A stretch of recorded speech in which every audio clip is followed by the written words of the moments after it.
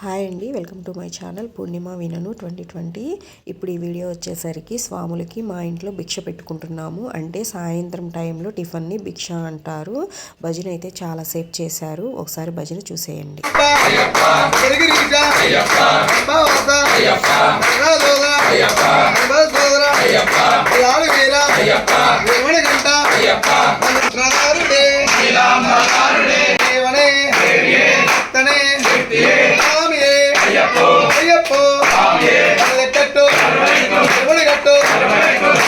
భజన అంతా అయిపోయినాక స్వాములు హారతి అనేది ఇస్తున్నారు. ప్రతి సంవత్సరం అంటే లాస్ట్ 2 years సర్ది పెట్టుకున్నాను మధ్యాహ్నం టైంలో భోజనము. ఈ సంవత్సరం వచ్చేసరికి సాయంత్రం భిక్ష అనేది పెట్టుకుంటున్నాను. వాళ్ళకి భిక్ష అంటే తృప్తిగా తిని మనల్ని తాంబూలం తీసుకొని ఆశీర్వదిస్తారు.